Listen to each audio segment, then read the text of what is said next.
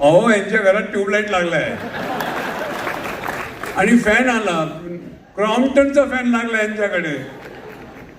सांगायचं तात्पर्य असं आहे, लहान लहान गोष्टी इतक्या प्रेम होतं तिथे, लहान लहान गोष्टीचा आनंद मिळायचा इतका की मी सांगू शकत नाही.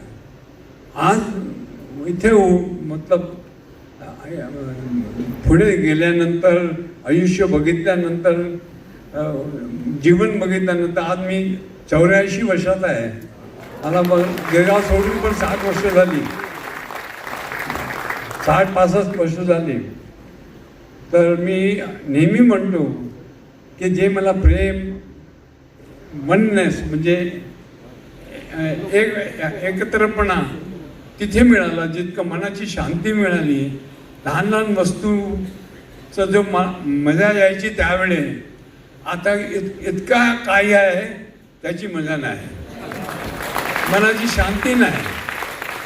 पण याच्या पण एका माणसाने मला विचारलं, हे सगळं आहे, तुला ते आवडायचं, तुला कोणी थांबवलं? जा तिथे परत जाऊ शकतो.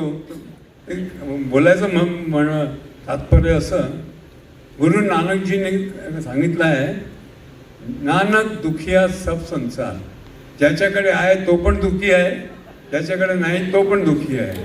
सुख हे आपल्या मनात आहे. आम्हाला ते सुख घ्यायला पाहिजे, आनंद घ्यायला पाहिजे. म्हणजे लाईफ अशीच आहे, लाईफ कधी अशी सरळ जात नाही.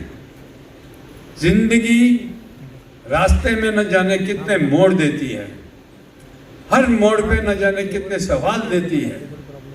जिंदगी भर ढूंढते हैं उन सवालों का जवाब, जवाब मिलने पर सवाल बदल देती है.